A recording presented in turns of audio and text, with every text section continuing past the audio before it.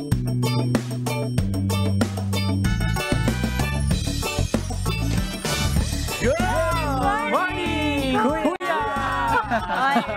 napasubo ako dahil ako agad. Pero dahil eto na po, Thursday po ngayon, syempre hindi mawawala ang ating favorite na urologist, Dr. Joseph Lee. Good morning, Doc! Good morning, Doc! Welcome back! Magandang umaga sa inyong lahat. Huwebes na naman at lagi kong sinasabi, wala na kayong choice kasi andito ako. Good morning to you guys. Yes, how are you? Morning, Doc. Okay naman po, Doc. Kamusta po kayo? Talagang okay lang. Ganun. Pabebe kami, diba? Ikaw, Joshua. Ako po, mabuti naman po ako. Ikaw, Ian. Okay naman, Doc. Ready na kami sa quiz. Yun! May quiz ba tayo? Nag-prepare. Remind nyo. Ala, sinabi mo kasi naalala tuloy ni Doc. Surprise! Anyway, ang topic natin ulit ngayon ay patungkol sa spirulina. Di ba? I guess, yung mga pinag-uusapan natin before ay kabisado nyo na what is spirulina, Yes. more or less what its function, ano ang mga pwede niyang ibigay sa atin, at bakit natin siya bibigyan ng importansya. Yun, di ba? Ngayon, umaga, pag-uusapan natin, what can spirulina do for us as a supplemental food, nutraceutical for us who are post-COVID, yung mga nakaranas ng infection before in the last 2 years, o yung mga hindi pa na COVID, wag naman, ano ang pwede nilang gawin para ma-prevent sila. Okay, sa mga ano natin na mga kababayan natin na yung alam mo before, 'di ba? Naririnig nyo kahit na bata kayo 2 years ago. 'Di ba meron competition to be vaccinated or not to be vaccinated. 'Di ba? Alam mo 'yun, 'di ba? Balita 'yun eh. So for those who are either vaccinated or non-vaccinated at this point, but they are well, of course we wish everybody well. Lagi nating iniisip, after this pandemic, kailangan matapos ang pandemic. Pandemic kasi is global, the term. When you say endemic, it is per country na lang. No? Yan ang classification. So, ilan na lang ang bansa na meron mga kaso ng COVID. No? Ang ibig sabihin nun, mataas o mababa, there are still census for COVID-19. You have to know, guys, that COVID-19 from the 2020 has already gave forth generations, di ba? Ito na yung iba't ibang. Oo, nagka-variant na, Variant. nasa subtype na, nasa-subvariant na, di ba? Ibig sabihin, ang nanay ay nanganak, no? Okay, mga pinsan na, tama ka niya. That is one of the characteristic of virus wherein they replicate and they duplicate on a normal cell. Okay? Naiintindihan mo? Because ano sila anucleus. Ibig sabihin, wala talaga silang buhay. Ang buhay lang nila ay sa isang cell na buhay. Okay? Para silang parasite, Doc. Yes, they are parasites. So they use up the nutrients, the intelligence of our cell, which is normal in order to survive. That is the thing of a virus, di ba? Okay.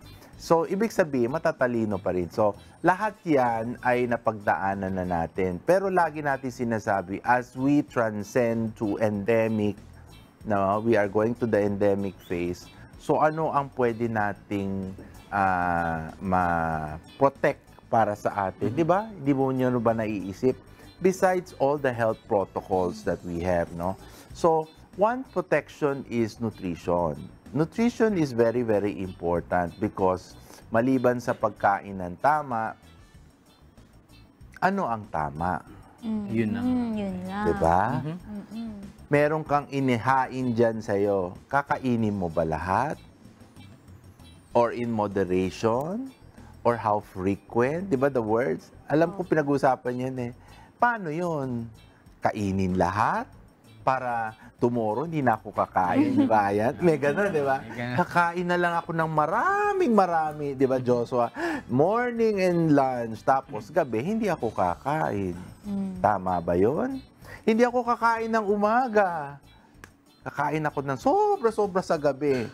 Tama ba yun? Ako po, delikado. So those are the things that we should have learned from the last 2 years that we have.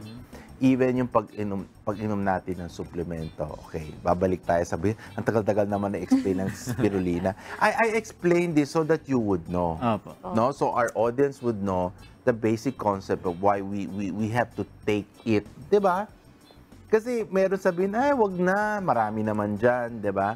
We have custom brand, company brand na pwede natin kainin.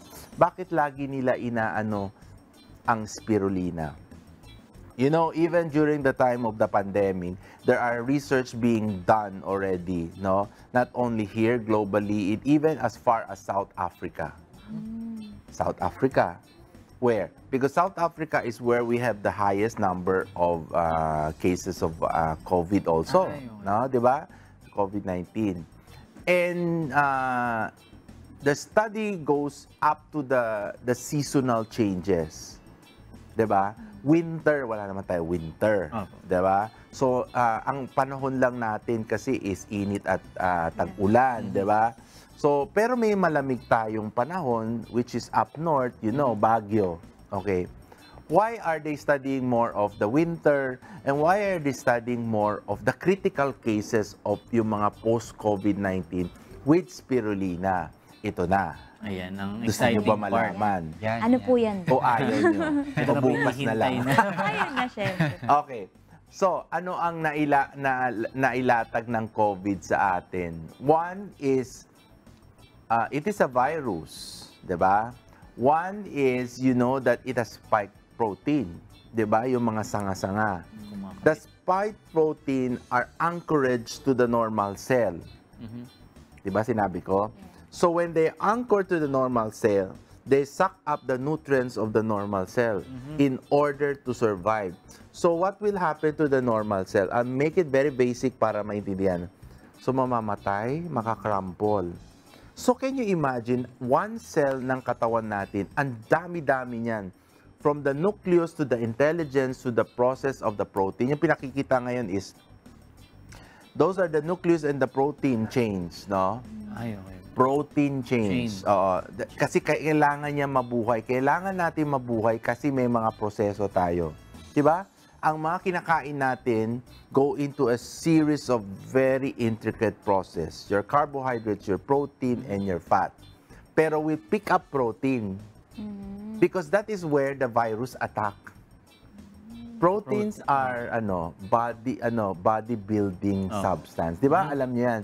The big protein chunk, yung macromolecules ng protein become amino acids, 'di ba? Yeah. Marami kayong amino acids. 'Di ba mga bodybuilding gawa yung mga bodybuilders, yung mga foods na inaano na are protein based, 'di ba? Tama ayan, no? Kasi workout. Ay yung mga whey protein. Lahat yan protein, yung mga amino acids. Ang dami-dami natin amino acids. This is where the virus attacks specifically. So, yung mga spike protein, di ba? May spike protein sila. Pero parang sinabi na lang spike protein. Pero parang fake news. Ibig sabihin, di ba sabi ko virus is nothing? It's nothing when it doesn't attach to the normal cells. Kasi wala lang siya. It's just there. It's an alien in itself. So, yung problema lang niya, marami siyang spike. So, once the spike enters the normal cells, it destructs the normal cell. So, saan siya kakabit? Naisip niyo ba yon? Meron nga spike. Paano siya maa-attract? Ito naman normal cells natin, friendly, Accommodating. Because it has a lot of ACE2 receptors. You call that ACE2 receptors. Tandaan niyo na lang. Yung ACE2 receptor, lahat bukas na bukas. Doon didikit ang spike protein. Yung spikes po ng virus na yung sa virus, yung spike protein. once dumikit siya sa ACE2 receptor ng normal cell, it changes the configuration of the protein strand. Nung nasa cell po or nung... Nang nasa normal cell. Anong ibig sabihin? Okay. Kasi pag tingnan mo, kagaya pinapakita kanina, di ba may normal yan? So, anong ibig sabihin ng normal configuration ng strand? Imagine it is a railroad. Opo. No? Yung strand. Railroad. Yes. Meron doon na tao na magsabi, oh, ito ha, maging ganyan ka, maging tryptophan ka, maging trypsin ka, ganun. Meron nagaganyan. Imagine mo ha, very nice. Now, papasok ngayon, ang pakialamero na spike protein, Ito na. very receptible kasi you have your ACE2 receptors that very, very generous. When I say that very generous, madali. Look at the helix coming in. So once it goes there, it tends now to control the whole protein strand. Anong ibig sabihin? Ayaw ko yan. Sumunod ka sa akin, ito ang dapat. Babaguhin niya to. So, babaguhin niya ngayon yan. So, once it's bago, kasi you have a main core center for that, it changes the whole strand sequence. Diba? You've heard that in the news? Sequential, when the spike protein attack. So, once the coding is changed, kung alam mo ang code ng pintuan mo, pag binago yan, makakapasok ka? Kayang-kaya mo nang pasukin yun. Hindi. Kung, Pag binago- hindi ka na makakapasok. Kasi Di ba? iba na yung code. Iniba ko na ang code mo. Di ba? Sasabihin mo, ano nung code mo? Wala. Di ba? Yun ang gagawin ngayon ng spike protein. It changes the normal code of the protein process into what it wants. You get me? May okay. Siya na po magdi-dictate ngayon. Oo. And problema niyan kasi, pag inano niya yung code, it first attack the immune system coding of our protein. Ano immune system? Your immune system, remember, lagi niyong pinag-uusapan, it is our defense system.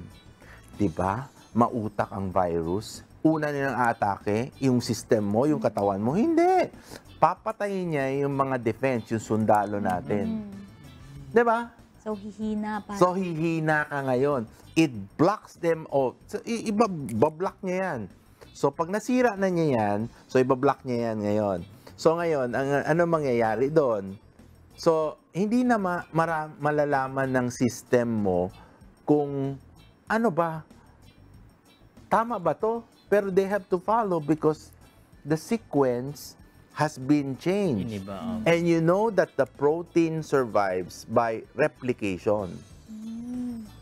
No? Nahilo na kayo by Dadami pa chemistry. siya. Ibig sabihin, isang strand magre-replicate. Kaya nakikita mo nagaganyan. Nagre-replicate, twinning ba tawag yun sa inyong term? Oo. Parang pare-pareho. Para dumami. So ngayon, can you imagine? Nagaganyan sila. So once it changes now, na-amaze si Celine, no? Once it changes now to something bad, the replication becomes bad. So, can you imagine how many it will change? It converts everything. Now, pag sinabi niya, i-control ko yung buong immune system, the whole immune system bugs down. When the whole immune system of your system bugs down, magkakagulo-gulo na. Doon na tayo pupunta sa nangyayari sa COVID. Ano na nangyayari sa COVID nakikita nyo? Diba? You have talked about cytokine storm. Anong isabi cytokine storm? When your immune system is so overwhelmed, yung lahat ng mga system, yung mga enzyme mo, ganyan, hala, magkakagulo. Kasi walang nagbabaton. Ay, okay. Kasi iba na yung... Hoy, tandali, dito ka, dito ka na, dito muna. Wala na, kanya-kanya na sila. And you know, when your whole cytokine storm comes over, no, you will hear that in your severe COVID cases, sinasabi ng doktor, wala, nakakainin niya na yung system, mo, ng katawan. Ano yung mga system nating katawan? Doon na. Your respiratory system. When you have your respiratory system, ano mangyayari? Virus yan, di ba? Inflammation. Inflammation. Di ba? Anong nangyayari sa inflammation? Lahat ng alveolar cells mo magmamagaan. magpa-pop out. So what's happened to Kaya patients with COVID? Nahirapan Nahirapan huminga. huminga. Kaya intubate, lahat ng ganon, di ba? Ibig sabihin, wala na. Can you imagine all your alveolars are going like that? Parang walang nagko-control because what is controlling now is the virus who is the main actor now. Bahala kayo. Pero siya nabubuhay. Once the proteins are replicated sa gusto ng virus, no? It penetrates the nucleus. Yung cells natin may nucleus, yun ang brain. It sucks up the mind of the para mamatay yung original cells and it replicates more. Ang galing, di ba? Parang dumadami sila sa loob. No? So dumadami kami ngayon na virus, binabago namin yung protein sequence, mamatay ka yung the human self. You Tapos get me? magpe-fail na rin yung mga organs. Once the organs fail, later on, once the organ fails, baksak ang immune system mo, you get so sick, di ba? Then, paano sila okay, the virus have a host, di ba? Anong gagawin nila? Pag namatay na nawala na yung tao, they will be transmitted. Kung nakita niya ito, kunyari nandito sa... bahay. Ay, nakita ko si Joshua, batang-bata. Shook! Lakas. Punta na. Nagigets mo? Opo. Punta na. Kaya yung concept ng WHO na we have to lock down and isolate ourselves. So you do not have a contact to the virus. So the virus cannot transfer to somebody who is a very good victim. Yan din po ba yung dahilan, Dok, kung bakit yung mga patients na namamatay sa COVID, hindi ina-advise na i-bury sa lupa, kundi i-cremate? Yeah, because you transmit Kahit it napatay na po through yung secretion and everything, no? So ano nangyari ganon? So wala pa tayo sa function ng spirulina. So yun ang gagawin niya. So ngayon, na-control na ng virus.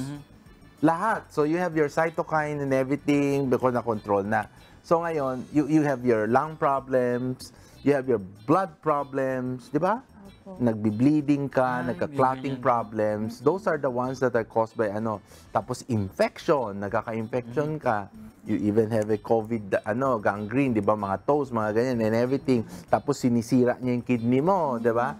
Kasi pagkatapos niya ng baga, punta naman siya sa ibang kidney, sa ibang organ. And your kidney is one organ wherein you have a lot of tubules, sabi ko, di ba?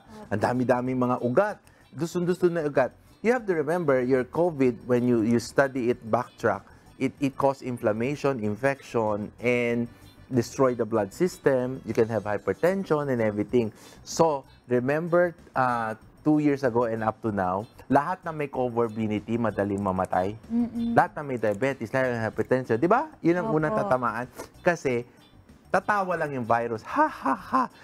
Talagang, ha, parang, may sakit na kayo, papasakitin pa namin kayo. It's easy to destroy you. Why?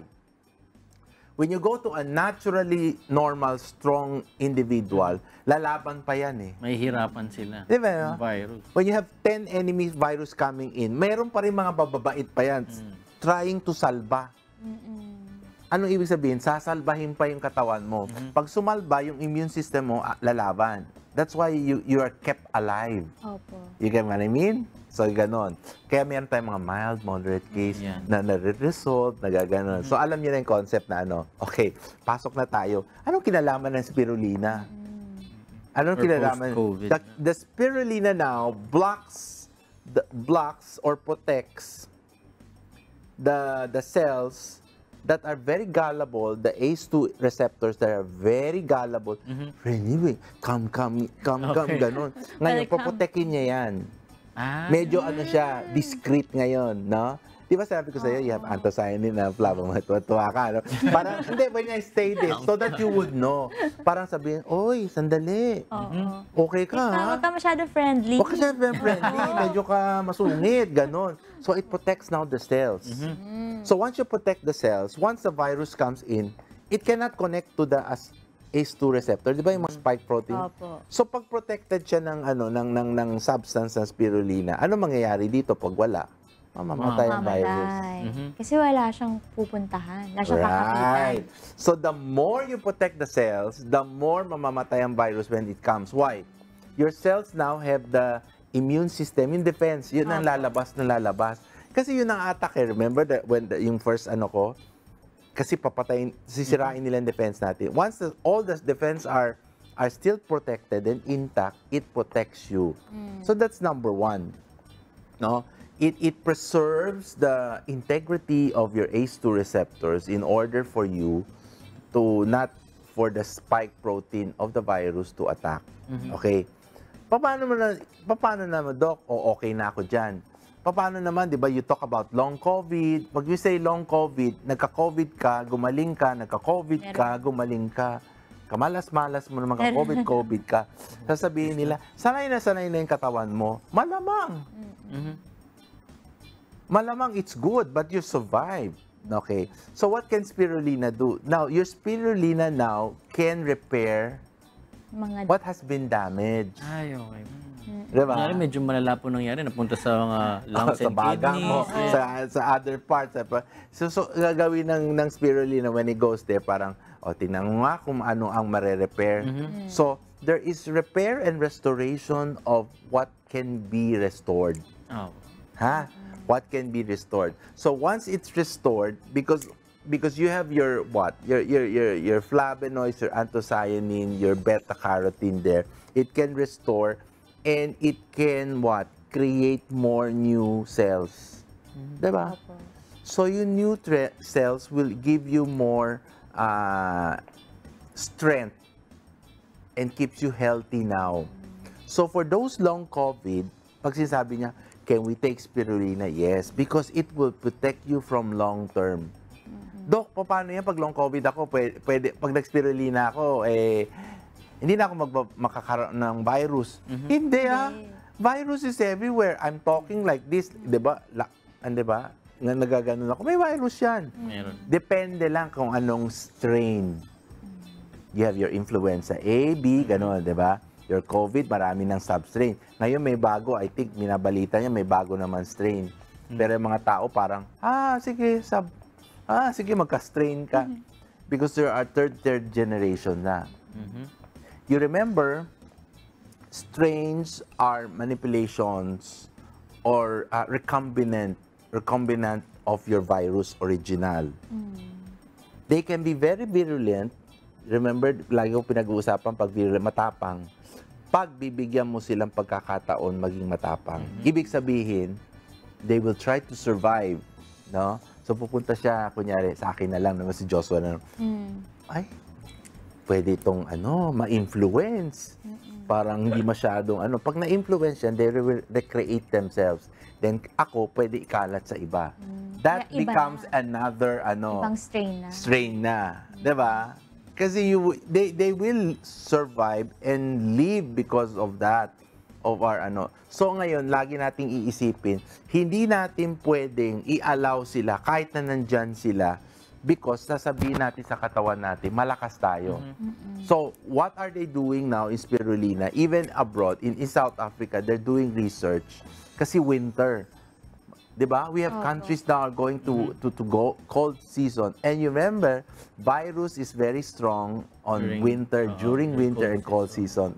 Doon tayo tatamang because, di ba, lahat ng respiratory, So, anong gagawin mo? So, pwede kang uminom niyan because of the protection it gives, no? Because one, alam mo na proprotektahan niya yung cells mo. It can repair, it reconstruct yung mga destroyed for COVID, di ba? Can it protect you for, ito mga tanong bibigay ko na, yung mga, ay, Doc, hindi ako nag-second booster Ayan. Pwede okay na ako sa first booster. Of course, vaccinations are vaccination. Baka mamaya magalit ang mga natin, DOH. They are helping us to stimulate our immune system. But for those sub people na parang ayaw na nila, you can have this because it, again, as I explained, nakakatulong siya. For protection. Remember, you drink this spirulina not as a medicine, no? Supplement. It is a nutraceutical supplement in order to keep you healthy and your immune system upbeat. Anong ibig sabihin? laging handa pag sundalo. Kasi may sundalo ka, tulog ka naman, pag dumating lahat sila, bacteria, Wala virus, rin. wala rin. Ganun din. Diba? O question? Ay, pwede na po ba namin iuwi yung mga... Diba? So, this is said, yung mga research now, ibig sabihin, they're talking, paano yung mga kids na hindi pa na natakot kami, baka magka-COVID rate, can they? Yeah, you can, kasi they have powder form that you Powdered form. can drink. Actually, ang maganda lang kasi, lagi kong sinasabi, your spirulina has to be protected in any way, in the production, because the drying is important. The packaging of the spirulina is important. Kahit na green siya, it has to be packed very well.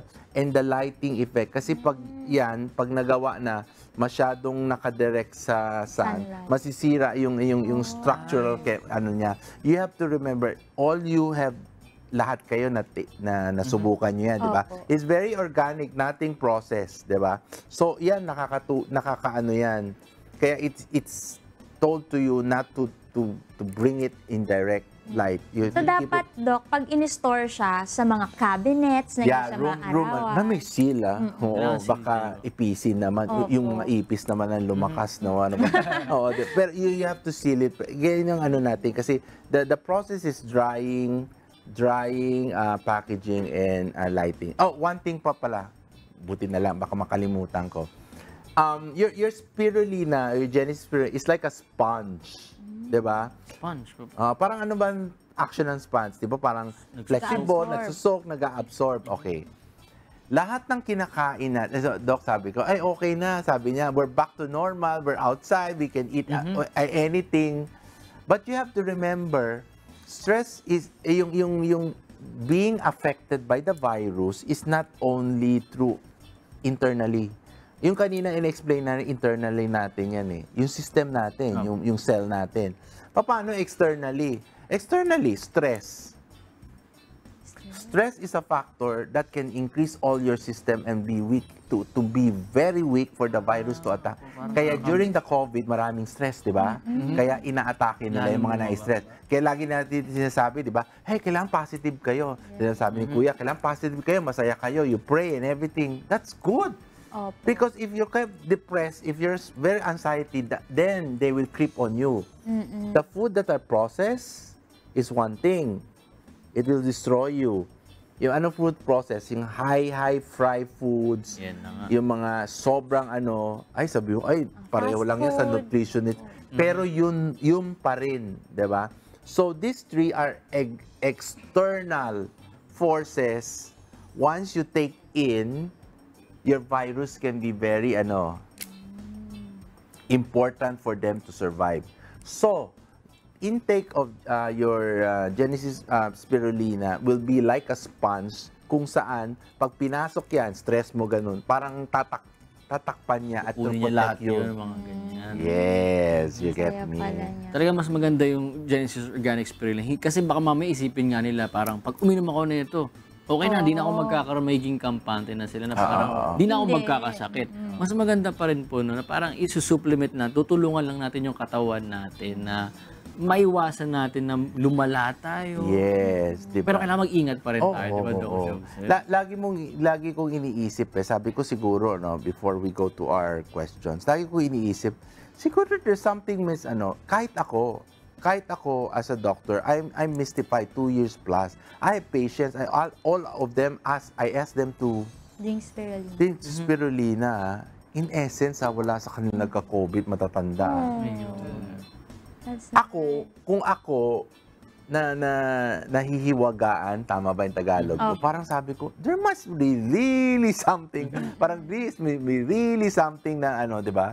So sabi ko, with regards to what's happening during the last 2 years, sabi ko siguro okay siya talaga na naproprotect niya. And knowing the mechanism as I explained to you, ganun pala.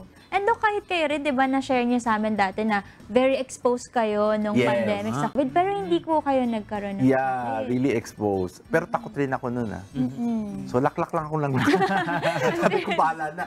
Wala kasing gamot eh. Opo. Yeah. No medicine was there to even I think if you take your vitamin Z, your zinc that time, vitamin E, it doesn't really combat it. So sabi ko, ito na lang siguro ilalaklak ko, 'di ba, para 'di ba?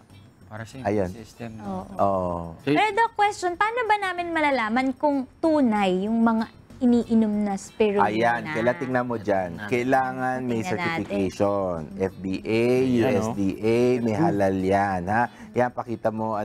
Yung mga nakalagay dyan. Tapos they are well-packed, naka-seal siya. Diba? Tapos yung etiketa niya yan, parang hindi madaling Yung barcode. matanggal. yung mga nakalagay dyan. Yung mga, di ba, yung pang misa kasi madaling matanggal. So it has to be then, there should be certification. And when you open it, alam mo talagang organic siya.